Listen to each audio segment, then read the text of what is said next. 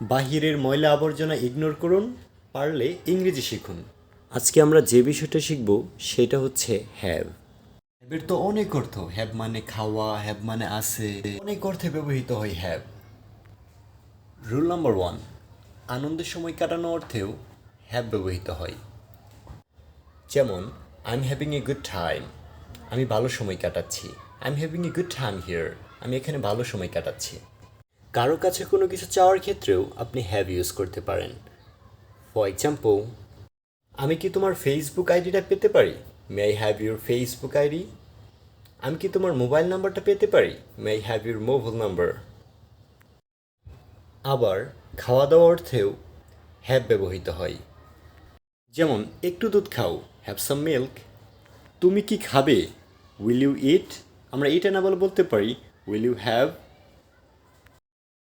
চলো এক কাপ চা খাই, let's have a cup of T.